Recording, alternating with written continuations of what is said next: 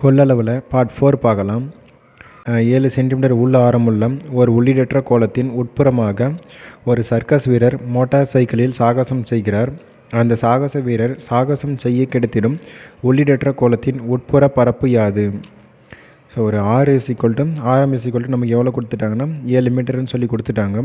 இது வந்து உள்ளீடற்ற கோளம் தான், ஆனால் உட்புற பரப்பு மட்டும் தான் கேட்குறாங்க. ஸோ அப்போ உள்ளே மட்டும் இருக்கக்கூடிய பரப்பு மட்டும் நம்ம கண்டுபிடிச்சா போதும்.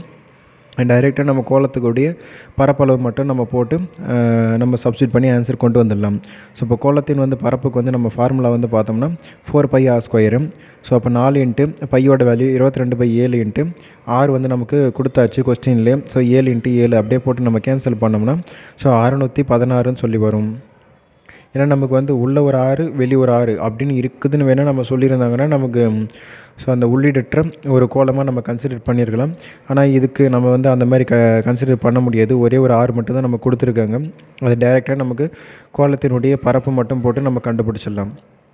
ஸோ செகண்ட் ஒரு சம்மு, 12 சென்டிமீட்டர் விட்ட அளவு கொண்ட கோலத்திலிருந்து 1 சென்டிமீட்டர் விட்ட அளவு கொண்ட கோலம் எத்தனை வார்க்கலாம்? ஸோ அப்போ நம்ம கோலத்தின் கன அளவுக்கு தான் இதுக்கு நம்ம போய் ஆகணும். ஏன்னா ஒரு 12 சென்டிமீட்டர் ஒரு கோலம் இருக்குதுன்னு வச்சுப்போம். அது ஒரு சின்ன சின்ன பீஸாக வந்து பார்த்தோன்னா ஒரு எத்தனை அதான் 1 சென்டிமீட்டர் அளவு இல்லை ஒரு சின்ன சின்ன பீஸாக எத்தனை கோலம் வந்து பார்த்தோன்னா நம்ம கட் பண்ணி எடுக்க முடியுன்ற மாதிரி தான் கொஸ்டின் இது. அப்போ இதெல்லாம் கன அளவு பேஸ் பண்ணது தான். ஸோ அப்போ கோலத்தின் கன அளவுனா 4/3πr³ டிவைடட் பை 4/3πr³ வந்து பார்த்தோம்னா ஸோ இப்போ 4/3க்கும் 4/3க்கும் கேன்சலேஷன் ஆகிடும். பை கேன்சலேஷன் ஆகிடும். ஸோ இப்போ r1³ எங்கேயும் அந்த r1³ அப்படியே இருக்கட்டும். ஸோ அந்த இப்போ ஃபஸ்ட் ஒன்றுக்கு வந்து பார்த்தோன்னா ஆர் வந்து பார்த்தோன்னா எவ்வளோனா 12ன்னு சொல்லியாச்சு. ஆக்சுவலி அதுக்கு வந்து பார்த்தோம்னா நமக்கு எல்லாமே விட்டம் தான் கொடுத்துருக்காங்க. ஸோ விட்டத்தில் பாதி வந்து நமக்கு எவ்வளோ வரும்? 6ன்னு வருமா? அப்போது 3த்துக்குமே 6ன்னு சொல்லிட்டு வரும். அதேமாரி எங்கள் 1த்துக்கு வந்து பார்த்தோன்னா d = 1ன்னு வருது. அதில் ஆரம் வந்து நம்ம 1/2ன்னு எடுப்போமா? அப்போ எல்லாத்துக்கும் கீழே 1/2 அந்த எல்லா ரெண்டுமே மேலே போகும். அப்போ 6x2 6x2ன்னு சொல்லிட்டு 12ன்னு வருமா? ஸோ இதை நான் டைரெக்டாக உங்களுக்கு போட்டேன் நான். ஸோ நீங்கள் போட்டிங்கன்னா அந்த மாதிரி தான் போடணும். ஸோ 12 × 12 × 12 ஸோ அது அப்படியே வந்து பார்த்தோன்னா மல்டிபிள் பண்ணோன்னா 1828ன்னு சொல்லிட்டு வரும். ஸோ அதே மாதிரி இன்னொரு சம் ஒன்று பார்க்கலாம். 6 சென்டிமீட்டர் ஆரமுள்ள கோள வடிவ உலோக குண்டு உருக்கப்பட்டு 6 மில்லிமீட்டர் விட்டமுள்ள சிறிய கோள வடிவ குண்டுகளாக வார்க்கப்பட்டால் எத்தனை சிறிய கோள வடிவ குண்டுகள் கிடைக்கும்? ஸோ அதே மாதிரி தான் ஒரு 6 சென்டிமீட்டர் இது வந்து பார்த்தோன்னா 6 மில்லிமீட்டர். ஸோ அப்போ ரெண்டுத்துக்குமே யூனிட் வந்து பார்த்தோன்னா சேஞ்ச் ஆகுது. அதை முதல்ல நம்ம எல்லாமே சேம் யூனிட்டாக மாற்றி ஆகணும். நம்ம என்ன பண்ணுறோம், மில்லிமீட்டர் வந்து பார்த்தோன்னா நம்ம சென்டிமீட்டராக கன்வெர்ட் பண்ணிக்கிறோம்.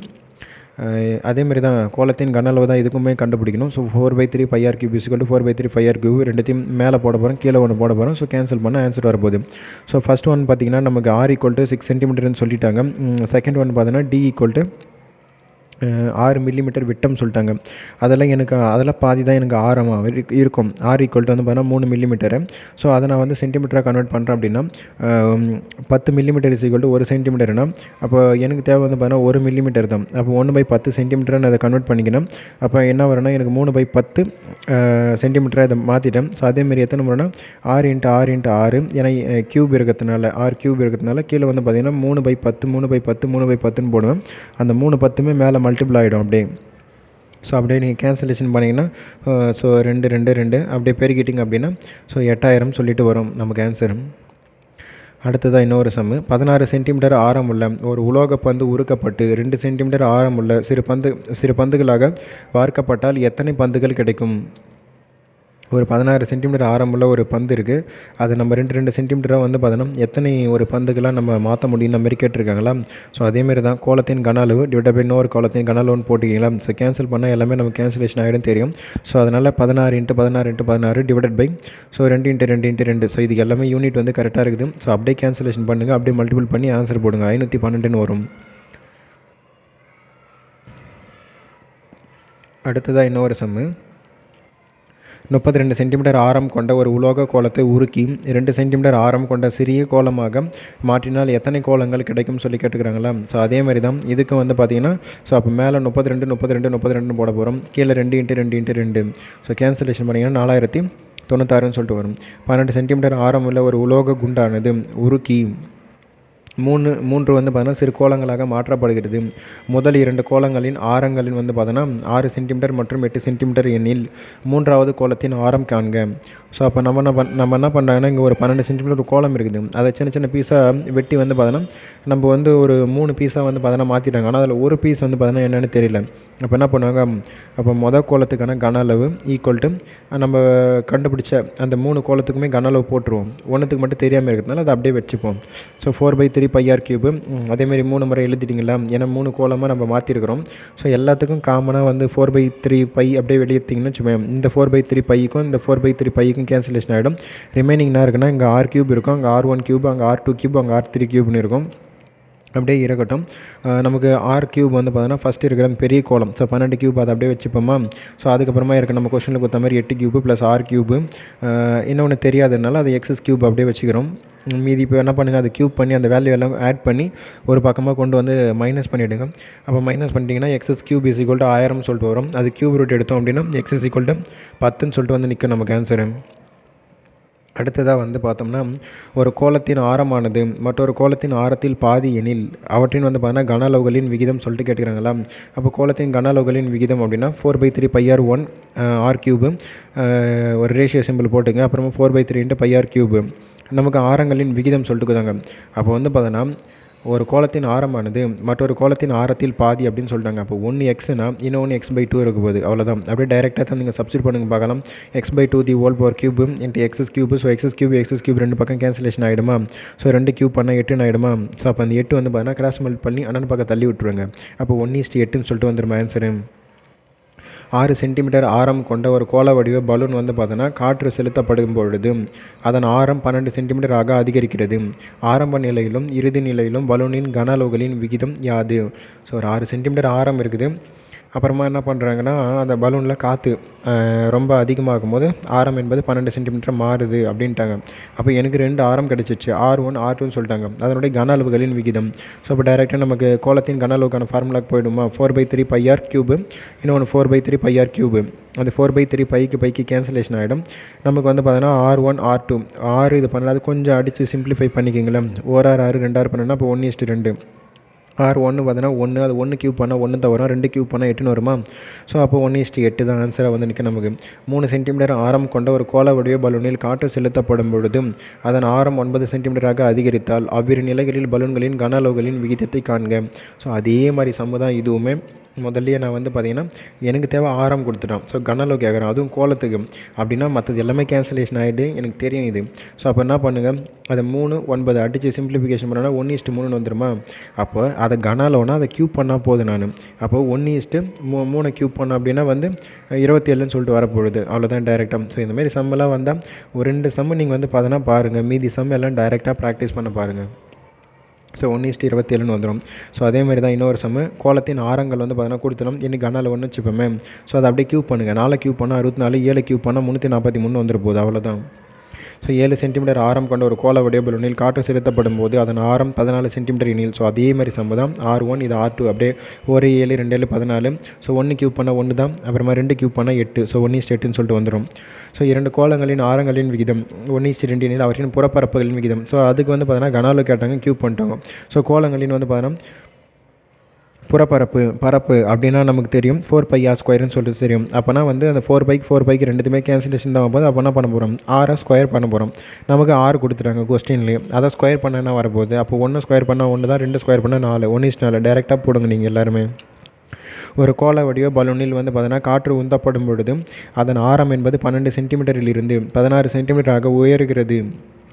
இரு புறப்பரப்புகளின் விகிதம் காண்க. ஸோ என்ன பண்ணாங்க, 2 ஆரம் நமக்கு தெரியும், R1 R2 தெரியும். ஸோ ஒரு அப்படியே 12 இங்கே 16ன்னு இருக்கா.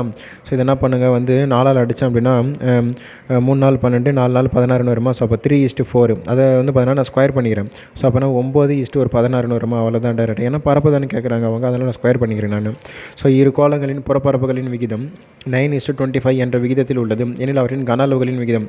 ஸோ இதுக்கு முன்னாடி நம்ம என்ன பண்ணோம், ஒன்று ஆரம் கொடுத்துட்டு கன அளவு கேட்டாங்க, இல்லை ஆரம் கொடுத்துட்டு புறப்பரப்புன்னு கேட்டாங்க. அதனால் நம்ம அதை ஸ்கொயர் பண்ணோம், 1 கியூப் பண்ணோம். இங்கே பார்த்தீங்கன்னா புறப்பரப்பு கொடுத்துட்டாங்க, கன அளவு கேட்குறாங்க.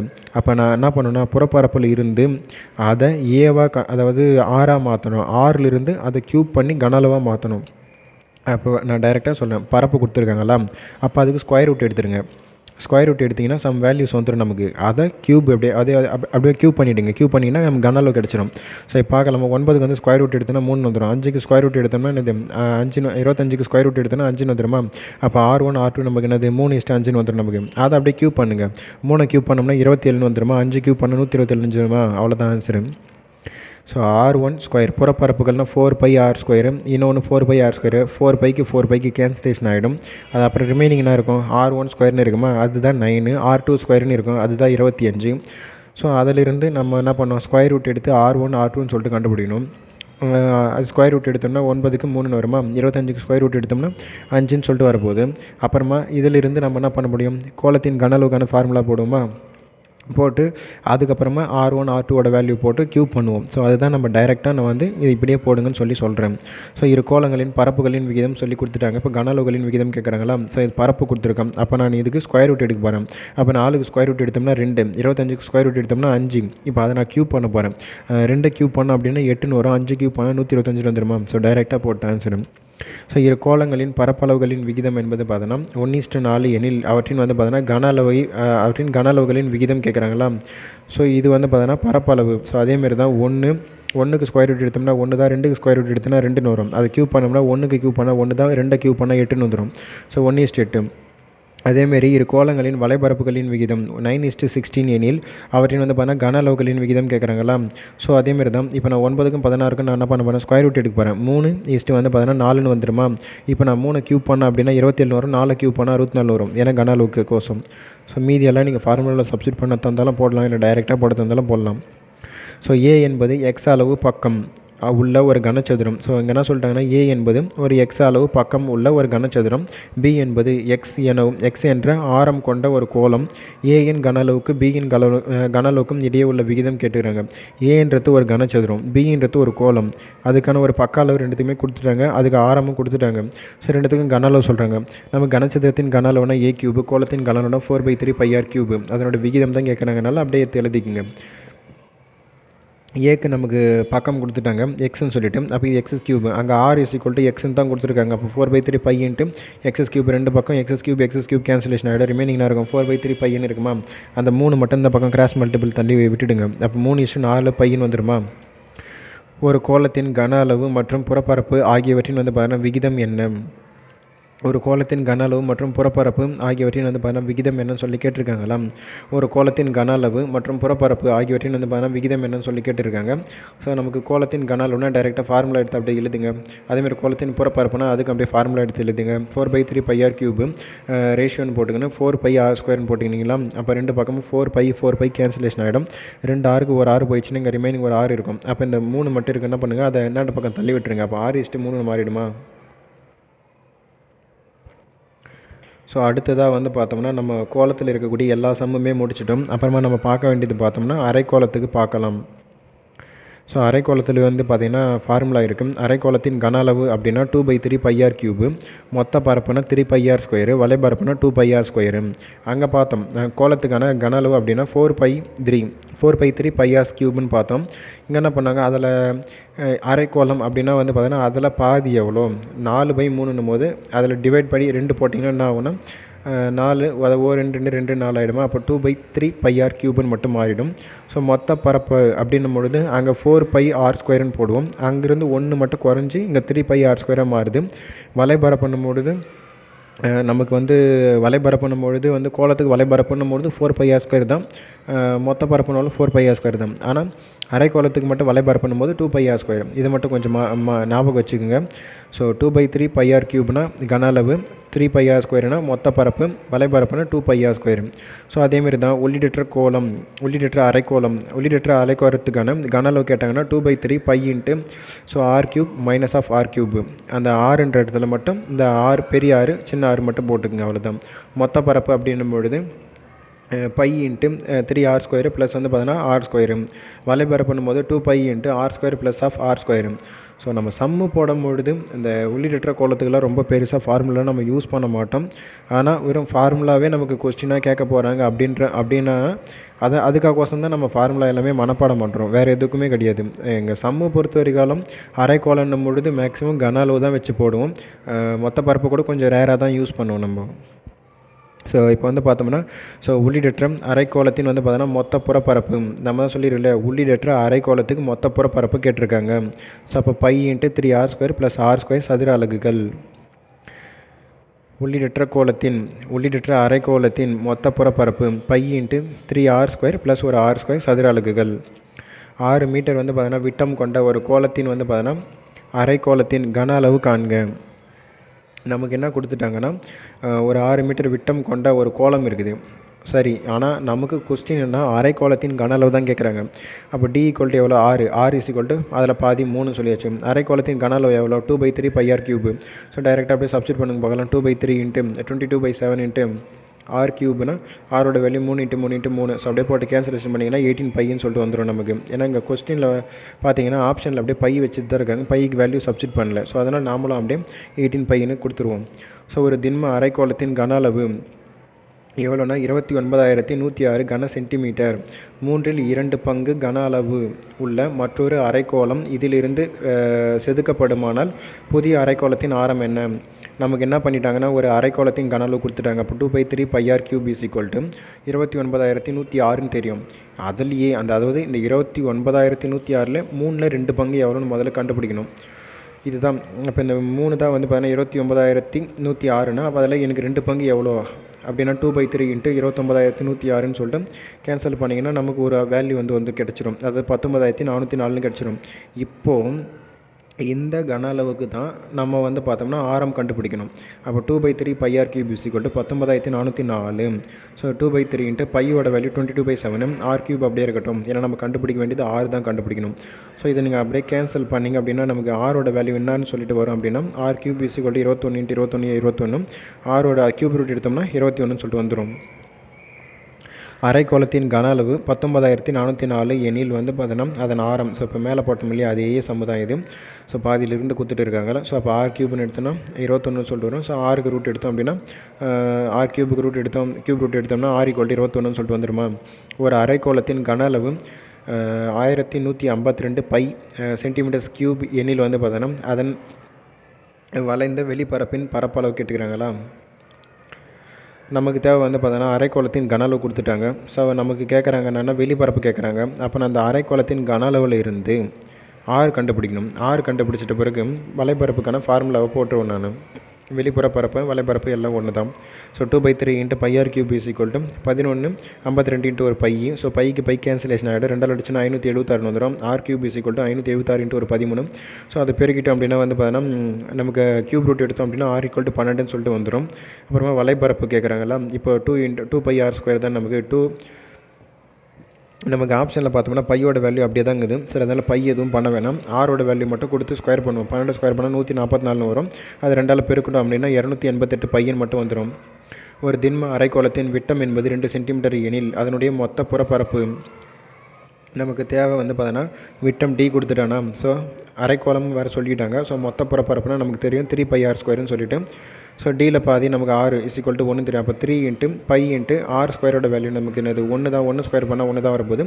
ஸோ அப்படியே 3 π மட்டும் அப்படியே டைரெக்டாக வச்சுக்கோங்க, அவ்வளோதான். ஒரு திண்ம அரைக்கோளத்தின் மொத்த புறப்பரப்பு என்பது 675 பை சதுர சென்டிமீட்டர் எனில் அதனுடைய வலைப்பரப்பு கேட்குறாங்க. ஸோ அரைக்கோளத்தினுடைய மொத்த புறப்பரப்புனா 3 πr² தான். நமக்கு 675னா அதனுடைய வலைப்பரப்பு 2 πr² ஆகணும். அப்போ என்ன, இதிலிருந்து முதல்ல r கண்டுபிடிக்கணும். r கண்டுபிடிச்சி வலைப்பரப்பில் எதுவுமே சப்ஸ்டிட் பண்ணணும். ஸோ 3 πr² பைக்கு கேன்சலேஷன் ஆகிடும். 3 அடிச்சோம்னா 225 வரும். ஸோ r² ஸ்கொயர் ரூட் எடுத்தோம்னா 5 225 வருமா. அப்போ ஒரு 5 எடுத்துப்போம். இப்போ டைரெக்டாக அந்த 2 π நம்ம அப்படியே வந்து பை வந்து கொஸ்டினில் அப்படியே தான் வச்சுருக்காங்க. ஸோ அதனால் நம்ம பை வந்து பார்த்தீங்கன்னா எதுவும் செய்ய வேணாம். அப்போ 2 × 15 மட்டும் ஸ்கொயர் பண்ணுங்கன்னா 225ன்னு வருமா. அப்போ 225 ஒரு 2 அப்படியே நீங்கள் பெருக்கிட்டிங்கன்னா வந்து 450ன்னு சொல்லிட்டு வந்துடும். பை அப்படி இருக்கட்டும். ஸோ அரைக்கோளத்தின் வந்து பார்த்தீங்கன்னா வலைப்பரப்பு அதன் ஆரத்தின் வந்து பார்த்தீங்கன்னா வர்க்கத்திற்கு எத்தனை மடங்கு. ஒரு அரைக்கோளத்தின் வலைப்பரப்பு அதனுடைய ஆரம்னா 6. ஸோ ஆரத்தின் வர்க்கம்னா 6 ஸ்கொயரு. அதனுடைய எத்தனை மடங்குன்னு சொல்லி கேட்டுக்கிறாங்களா. அப்போ 2 πr² / வந்து பார்த்தீங்கன்னா ஒரு r² போடுவோமா. அப்போ r² கேன்சலேஷன் ஆகிட்டு வெறும் என்ன இருக்கும், 2 π மட்டும்தான் இருக்கும் நமக்கு. ஒரு அரைக்கோளத்தின் மொத்த புறப்பரப்பு அதன் வலைப்பரப்பின் எத்தனை மடங்குன்னு சொல்லி கேட்டுக்கிறாங்களா. ஸோ அரைக்கோளத்தின் மொத்த புறப்பரப்புனா 3 πr², வலைப்பரப்புனா 2 πr² வருமா. ஸோ அப்படியே கேன்சலேஷன் பண்ணுங்கள். கேன்சலேஷன் பண்ணிங்கன்னா ஆன்சர் 3/2ன்னு சொல்லிட்டு வந்துட போகுது நமக்கு. ஒரு அரைக்கோளத்தின் வலைப்பரப்பு 2772 சென்டிமீட்டர் ஸ்கொயர் எனில் வந்து பார்த்தீங்கன்னா அரைக்கோளத்தின் மொத்த புறப்பரப்பு யாது? ஸோ வலைப்பரப்புன்னும் பொழுது வந்து பார்த்தீங்கன்னா 2πr² = 272. அங்கேருந்து நான் ஆறு கண்டுபிடிக்கணும். ஆறு கண்டுபிடிச்சி எடுத்துகிட்டு போயிட்டு வந்து பார்த்திங்கன்னா வந்து மொத்த புறப்பரப்புனா 3πr² எல்லாத்தையுமே சப்ஸ்டியூட் பண்ணணும். ஸோ அதுக்கு பதில் நான் என்ன பண்ணுறேன், டைரெக்டாக வந்து பார்த்தோம்னா 2ஆல் மட்டும் அடிச்சிட்டேன். 2ஆல் அடிச்சிட்டேன் அப்படின்னா எனக்கு வந்து பார்த்தீங்கன்னா 1386 வந்துடும். அதாவது πr² = 1386 வந்துடுமா? அந்த 1386 எடுத்துகிட்டு போயிட்டு அந்த 3ஆல் பெருக்கிடுங்க. ஏன்னா πr² தான் நாங்கள் இருக்குது. 3πr² பதில் πr² வேல்யூ எவ்வளோ? 1386 இன்ட்டு ஒரு 3ஆல் பெருக்கிட்டிங்க அப்படின்னா 4158 வரும். தேவையில்லாமல் எதுக்கு நம்ம ஆறுலாம் கண்டுபிடிச்சிட்டு போயிட்டு மறுபடியும் சப்ஸ்டியூட்லாம் பண்ணிக்கணும். டைரெக்டாக நமக்கு அப்படியே தான் சப்ஸ்டியூட் பண்ண பாருங்கள். ஸோ 4158 ஒரு ஆன்சரு. ஒரு திண்ம அரைக்கோளத்தின் அடிப்பரப்பு என்பது 1386 சதுர மீட்டர் வந்து பார்த்தீங்கன்னா எனில் அதன் மொத்த புறப்பரப்பை காண்க. ஸோ ஒரு அரைக்கோளத்துடைய அடிப்பரப்புனா அடியில் ஒரு சர்க்கிள் மாரி இருக்குது. அப்போ அந்த வட்டத்தின் பரப்பு πr² தான் வந்து 1386 மொத்த புறப்பரப்பு. நமக்கு வந்து அரைக்கோளத்தின் மொத்த புறப்பரப்புனா 3πr² தெரியும். ஸோ πr² வேல்யூ எனக்கு என்ன தெரியும், அப்படியே எடுத்துகிட்டு வந்து போட்டு 3ஆல் வந்து மல்டிபிள் பண்ணுங்கள். 4158 ஒரு ஆன்சரு. ஒரு திடக்கோளத்தின் வந்து பார்த்தீங்கன்னா வலைப்பரப்பு 36 சென்டிமீட்டர் ஸ்கொயரும் அதனை 2 அரைக்கோளங்களாக பிரித்தால் ஒரு அரைக்கோளத்தின் மொத்த புறப்பரப்பு என்ன? நமக்கு தேவை வலைப்பரப்பு கொடுத்துட்டான். அங்கேருந்து நம்ம என்ன பண்ணுவோம், ஆறு கண்டுபிடிப்போமா? வந்து பார்த்தீங்கன்னா இது கோளத்தின். ஸோ வந்து கோளத்தின் வந்து பார்த்தீங்கன்னா வலைப்பரப்பு. இந்த கோளத்தின் வலைப்பரப்புன்னும் பொழுது வந்து பார்த்தீங்கன்னா 4πr². 4πr² வந்து பார்த்தீங்கன்னா 36ங்க. ஆனால் நமக்கு கேட்குறது என்னென்னா ஒரு அரைக்கோளத்தின் மொத்த பரப்பு. அரைக்கோளத்தின் மொத்த பரப்புனா 3πr². ஸோ அதை 4ஆல் அடிச்சிங்களா? πr² இருக்கட்டும், 4ஆல் மட்டும் அடிங்களே. 4ஆல் அடிச்சிங்கன்னா 9 வந்துடுமா πr². அப்படியே தூக்கி எத்தாந்து அந்த πr² பதில் 9 போடுங்க. அப்படியே இன்ட்டு 3 இருக்கட்டும். ஸோ 3 × 9 27 மட்டும் வந்துடும் ஆன்சரு. ஸோ ஒரு கட்டிடம் வந்து பார்த்தீங்கன்னா அரைக்கோள வடிவில் உள்ளது. வெளிப்புற ஆரம் 100 மீட்டரு. சுவரின் வந்து அது வெளிப்புற ஆரம் என்பதுனா ஒரு 100 மீட்டரு. சுவரின் தடிமன் என்பது 1 மீட்டரு. ஒரு சதுர மீட்டர் வந்து பார்த்தீங்கன்னா அதாவது ஒரு சதுர மீட்டர் சுவருக்கு வர்ணம் பூச வந்து பார்த்தீங்கன்னா ஆகும் செலவு ₹5 எனில் மொத்த உட்புற மற்றும் வெளிப்புற சுவர்களை வர்ணம் பூச ஆகும் மொத்த செலவுன்னு சொல்லி கேட்டுக்கிறாங்க. ஸோ அப்போ இது வந்து பார்த்தீங்கன்னா ஒரு உள்ளிடற்ற ஒரு அரைக்கோளம் அப்படின்ற மாதிரி தெரிஞ்சிச்சு. அப்போ எனக்கு வந்து பார்த்தீங்கன்னா வெளிப்புற ஆரம் என்பது 100ன்னு தெரிஞ்சிச்சு. அப்போ உள்புற ஆரம் எனக்கு தெரிஞ்சாகணும் இல்லையா? உள்புற ஆரம் எனக்கு வந்து தெரிஞ்சால் மட்டும்தான் நான் வந்து இதுக்கு உள்ளிடற்ற அரைக்கோளத்தின்னு வந்து பார்த்தீங்கன்னா ஸோ மொத்த புறப்பரப்பு வந்து போட்டு நான் வந்து கண்டுபிடிக்க முடியும். ஸோ இப்போ வந்து பார்த்தோம்னா வந்து கொடுத்துருக்கிற கொஸ்டின் எதுவும் பெரிய r = 100ன்னு சொல்லியாச்சு. அப்போ அந்த தடிமன் வந்து பார்த்தீங்கன்னா 1. ஸோ அப்போ அந்த 1 கழிச்சிட்டோம் அப்படின்னு நமக்கு வந்து பார்த்தீங்கன்னா உள்ளே இருக்கிற அந்த ஆரம் கிடச்சிருமா? ஏன்னா வெளிப்புற ஆரம் என்பது 100, தடிமன் வந்து பார்த்தோன்னா 1. அப்போ அந்த 1 கழிச்சுட்டோம் அப்படின்னா நமக்கு உள்புற ஆரம் வந்து கிடச்சிரும். உள்ளே இருக்கிற ஆரம் என்பது 99னா இப்போ வெளியே இருக்கிற ஆரம் என்பது 100. ஸோ ₹5 அப்படின்ற மாதிரி சொல்லியிருப்பாங்க. ஸோ நமக்கு மொத்தம் அமௌண்ட் எவ்வளோன்னு கேட்டிருக்காங்களா? டைரெக்டாக நமக்கு வந்து பார்த்தீங்கன்னா வலைப்பரப்புக்கான ஃபார்முலாவுக்கு போயிடுவோம். 2π × πr², 2π × r² ப்ளஸ் வந்து பார்த்திங்கன்னா r². இப்போ நீங்கள் டயக்ராம் பார்த்தீங்கன்னா தெரியும் இது.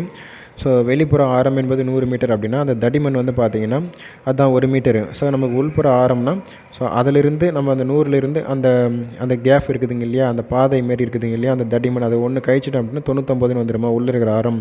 ஸோ அதுதான் நீங்கள் டயக்ராம் கன்சிடர் நீங்கள் போட்டு பார்த்தீங்கன்னா கரெக்டாக இருக்கும்.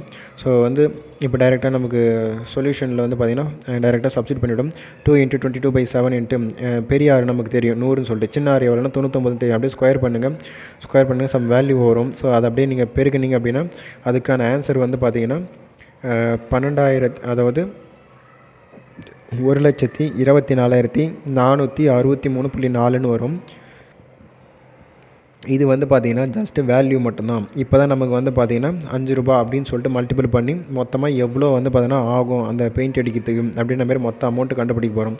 மொத்த அமௌண்ட்டு பார்த்திங்கன்னா வந்து 6,22,317ன்னு சொல்லிட்டு வரும். அரைக்கோள வடிவ கிண்ணத்தின் தடிமன் வந்து பார்த்திங்கன்னா 0.25 சென்டிமீட்டர். அதன் உட்புற ஆரம் 5 சென்டிமீட்டர் எனில் அக்கிண்ணத்திலிருந்து பார்த்தோன்னா வெளிப்புற வலைப்பரப்பு காண்கன்னு சொல்லி கொடுத்துட்டாங்க. அதே மாதிரி சம்மதான் ஒரு கிண்ணத்தின் தடிமன் மட்டும் கொடுத்துட்டாங்கல்ல, தடிமன்னா 0.25. ஸோ அதன் ஆரம் உட்புற ஆரம் என்பதுனா 5. அப்போ இது உள்புற ஆரம் 5னா அப்போ அந்த 5 கூட அந்த தடிமன் கூட்டணும் அப்படின்னா வெளிப்புற ஆரம் நமக்கு கிடச்சிருமா? அப்போ சின்ன ஆறு 5னா பெரிய ஆறு வந்து பார்த்தீங்கன்னா 5.25ன்னு வருமா? ஸோ அப்போ வெளிப்புற வலைப்பரப்பு வெளிப்புற வலைப்பரப்பு மட்டும்தான் கேட்குறாங்க. நமக்கு வந்து அந்த உள்ளிடத்துக்கு மொத்த வலைப்பரப்புன்னு இல்லை. ஸோ அப்போ நமக்கு ஒரு அரைக்கோளத்தின் வெளிப்புற வலைப்பரப்புன்னும் பொழுது 2πr² தான் நமக்கு. ஸோ டைரெக்டாக நமக்கு என்ன பண்ணுவோன்னா வந்து வெளிப்புறத்துக்கான ஆறு மட்டும் போட்டால் போதும். நமக்கு உள்ளே இருக்கிற அந்த ஆறுலாம் நமக்கு தேவை கிடையாது. கொஸ்டினில் என்ன கேட்குறாங்க, வெளிப்புறத்துக்கு மட்டும்தான் கேட்குறாங்க, அவங்க மொத்தத்துக்கெலாம் கேட்கல. ஸோ அதனால் வெளியே இருக்கிறது மட்டும் நம்ம கண்டுபிடிப்போம். ஸோ வந்து பார்த்தோன்னா அரைக்கோளத்தின் வலைப்பரப்பு எவ்வளோன்னா 2πr². 2 × 22/7 நமக்கு தெரியும். வெளிப்புற ஆரம் வந்து எவ்வளோன்னு தெரியும், 525. அந்த 2 ஸ்தானம் தள்ளி புள்ளி இருந்தாலும் கீழே நான் 000 போட்டுக்கிறேன். அப்படியே ஸ்கொயர் பண்ணிங்கன்னா ஸோ நமக்கு இது கேன்சலேஷன் பண்ணிங்கன்னா 21/4 வரும். அது 2 டைம்ஸ் அப்படியே எழுதிக்கிறேன். ஸோ மீதியெல்லாம் நீங்கள் கேன்சலேஷன் பண்ணிங்கன்னா 173.25 சொல்லிட்டு வரும். ஒரே வந்து பார்த்தோன்னா ஒரே ஆர அளவு கொண்ட முழு கோளத்தின் புறப்பரப்பிற்கும் அரைக்கோளத்தின் வந்து பார்த்தோன்னா மொத்த புறப்பரப்பிற்கும் உள்ள விகிதம். ஸோ ஒரு கோளத்தின் புறப்பரப்புனா நமக்கு தெரியும் 4πr² தெரியும். அதேமாரி அரைக்கோளத்தின் மொத்த புறப்பரப்புனா 3πr² தெரியும். அதனோட விகிதம் கேட்டிருக்காங்களா. ஸோ πr² கேன்சலேஷன் ஆகிடும். 4:3 மட்டும் வந்து நிற்கும். அப்படியே ஆரம் என்பது பார்த்திங்கன்னா 1.75 மீட்டர் உள்ள ஒரு அரைக்கோள வடிவ தொட்டி முற்றிலும் வந்து பார்த்தீங்கன்னா நீரால் நிரப்பப்பட்டுள்ளது. ஒரு குழாயின் மூலம் வந்து பார்த்தீங்கன்னா வினாடிக்கு 7 லிட்டர் நீர், அதாவது 7 லிட்டர் வந்து வீதம் தொட்டியிலிருந்து நீர் வெளியேற்றப்படுமானால் தொட்டி வந்து பார்த்தீங்கன்னா எவ்வளோ நேரத்தில் முழுவதுமாக காலி செய்யும். ஸோ நமக்கு 6 கொடுத்துட்டாங்க. ஒரு வினாடிக்கு வந்து பார்த்தீங்கன்னா 7 லிட்டர் வீதம் வந்து பார்த்தீங்கன்னா தண்ணி வந்து பார்த்தீங்கன்னா போய்கிட்டே இருக்குது. ஸோ அப்போ எப்போ வந்து பார்த்தீங்கன்னா காலி ஆகும் அப்படின்ற மாதிரி கேட்டுக்கிறாங்க. ஸோ நிமிடங்களில் இருக்குது. ஆனால் அங்கே பார்த்தீங்கன்னா நமக்கு வினாடிக்குன்னு சொல்லி கொடுத்துருக்காங்க. எல்லாத்துலேயுமே நமக்கு வந்து யூனிட் வந்து வினாடிக்கு நிமிடத்துக்காக கன்வெர்ட் பண்ணி ஆகணும். அதனால் கொஞ்சம் இங்கே மாத்திரம் நம்ம நிறைய விஷயம். ஸோ நமக்கு எல்லாமே கன அளவும் தெரியும். அரைக்கோளத்தின் கன அளவு அப்படின்னும் போது 2π3 × πr³. ஸோ 2/3 × 22/7 175. ஆரோட வேல்யூ நமக்கு தெரியும் இல்லையா, மேலே கொடுத்துருக்காங்க கொஸ்டினில் 1.75 மீட்டர்னு கொடுத்துருக்காங்களா. அதை நான் என்ன பண்ணுறேன் அப்படின்னா இப்போது அந்த 1.75 அப்படியே அதை 1/175/100ன்னு போட்டுக்கிறேன். ஏன்னா 2 ஸ்தானம் தள்ளி புள்ளி இருக்கிறதுனால கீழே 100 போட்டுக்கிறேன். ஸோ க்யூப் அப்படின்றதுனால 3 முறை அப்படியே எழுதிக்கிறேன்.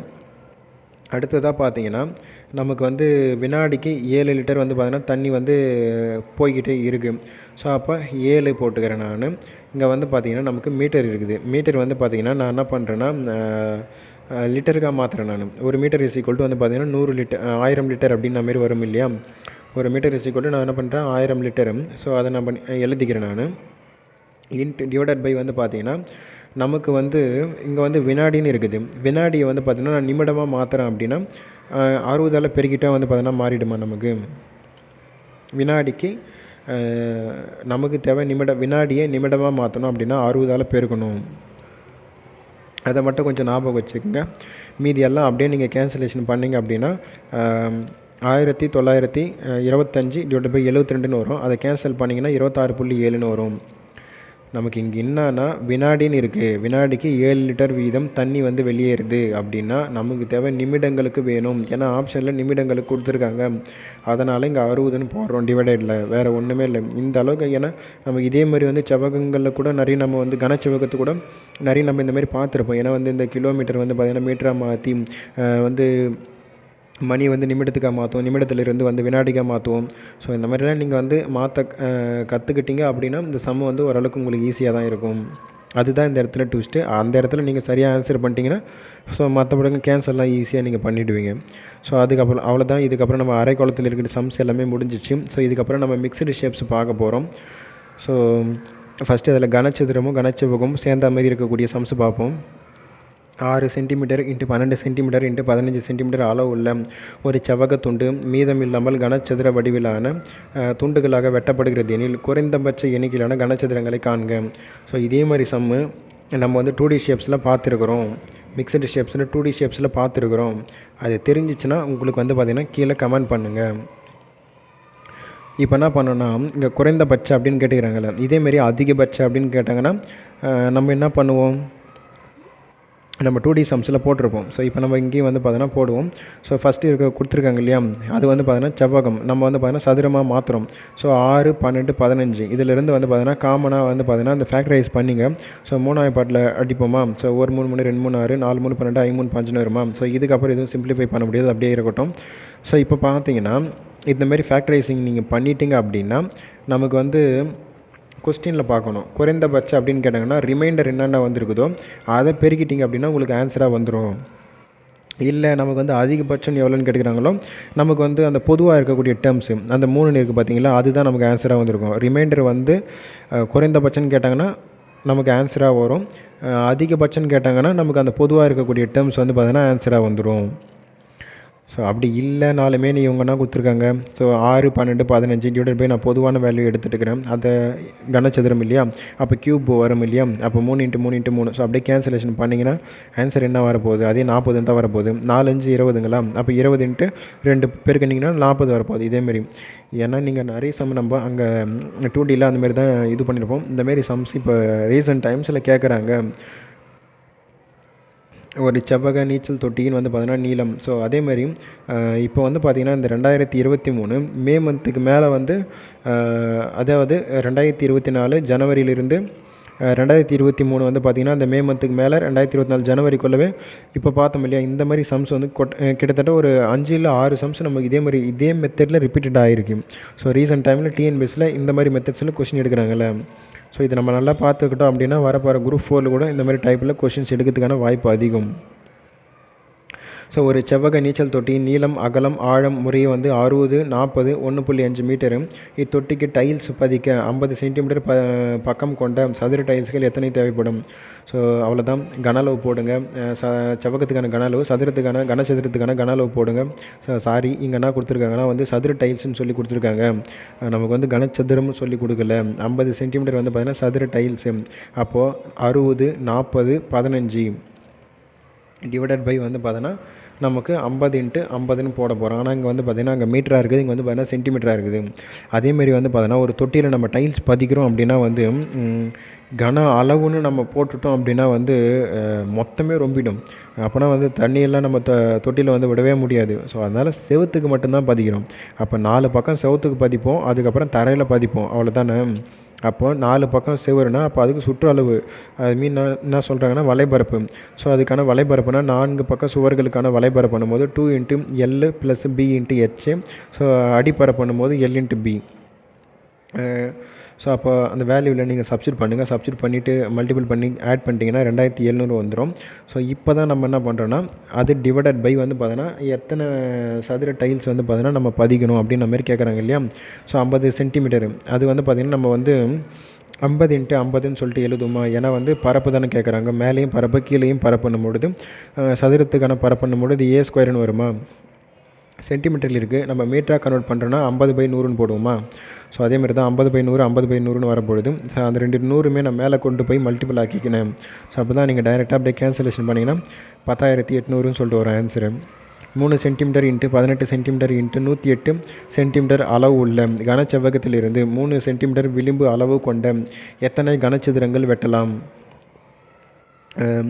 ஸோ கொடுத்துறாங்களா, அப்படியே அந்த 3, 18, 108 அப்படியே எழுதுங்க. கீழே போய் 3 × 3 × 3 அப்படியே போட்டு அப்படியே கேன்சலேஷன் பண்ணுங்கள், அவ்வளோதான். ஏன்னா அதுக்குமே கன அளவு தான், இதுக்குமே கன அளவு தான் கண்டுபிடிக்க போகிறோம். எதுக்குமே மாற்றுக்கிறதுக்கு இடமில்லைங்க. ஸோ அப்படியே கேன்சலேஷன் பண்ணிங்கன்னா 216ன்னு சொல்லிட்டு வந்துடும். அதே மாதிரி தான் இன்னொரு சம்மு.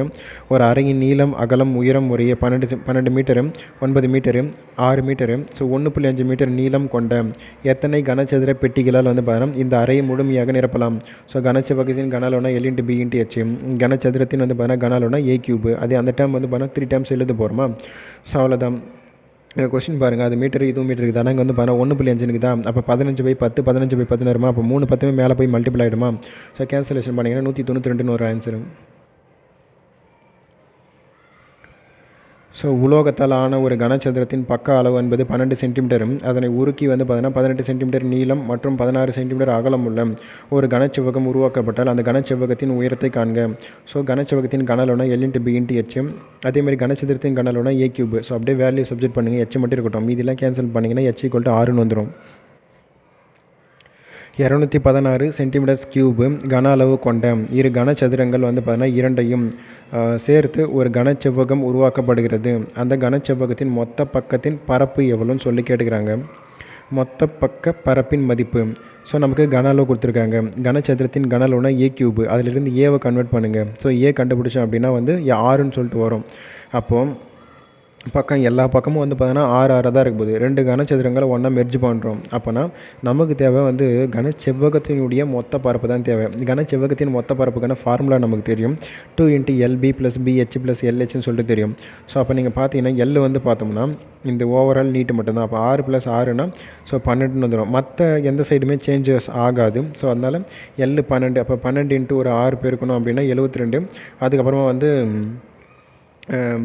6 இன்ட்டு ஒரு 12 இன்ட்டு ஒரு 6 பெருக்கணும் அப்படின்னா 72. மறுபடியும் வந்து பார்த்தோன்னா ஒரு 6 × 6 36. மறுபடியும் வந்து பார்த்தோன்னா 6 இன்ட்டு ஒரு 12 பெருக்கணும்னா 72ன்னு வந்துடும். ஸோ அவ்வளோதான். மறுபடியும் ரெண்டால் அப்படியே ஆட் பண்ணி மல்டிபிள் பண்ணிங்கன்னா 360ன்னு சொல்லிட்டு வந்துடும். ஸோ கனசெவ்வக பெட்டி ஒன்றின் வந்து பார்த்தோன்னா அடிப்பக்கம் மற்றும் சதுரமாகவும் அதாவது ஒரு கனசெவ்வக பெட்டியின் அடிப்பக்கம் என்பது சதுரமாக இருக்குது. ஆனால் அது ஒரு செவ்வகம் தான். அப்போ மேலே எல்லாம் ஹைட்டாக இருக்கலாம். ஓகேங்களா. சதுரத்தின் பக்கம் என்பது A சென்டிமீட்டர் ஆகவும் பெட்டியின் உயரம் என்பது B சென்டிமீட்டர் ஆகவும் இருப்பின் அதன் கன அளவு கேட்குறாங்க. அடியில் மட்டும்தாங்க சதுரம், மற்ற பிறகு எல்லாமே இது ஒரு செவ்வகம். அப்போ செவ்வகத்தின் கன அளவு தான் நம்ம கண்டுபிடிக்கணும். L × B × H. ஸோ இங்கே L எவ்வளோ, A தான். B எவ்வளோ, அதுவுமே A தான். ஏன்னா அடியில் வந்து சதுரம் மாதிரி தான் இருக்குது. ஆனால் உயரம் மட்டும் அவனே மென்ஷன் அவுட் பண்ணிட்டான். ஏன்னா உயரம் என்பது Bன்னு சொல்லிட்டேன். அப்போ Lக்கு A, Bக்குமே A, Hக்கு வந்து பார்த்தீங்கன்னா B. ஸோ அப்படியே பெருக்குனிங்கன்னா A² × Bன்னு வந்துடும். ஸோ அவ்வளோதான். இந்த சம் இது முடிஞ்சிருது. ஸோ அடுத்தது நம்ம வந்து பார்த்திங்கன்னா வேறு ஒரு பார்ட் நம்ம பார்க்கலாம்.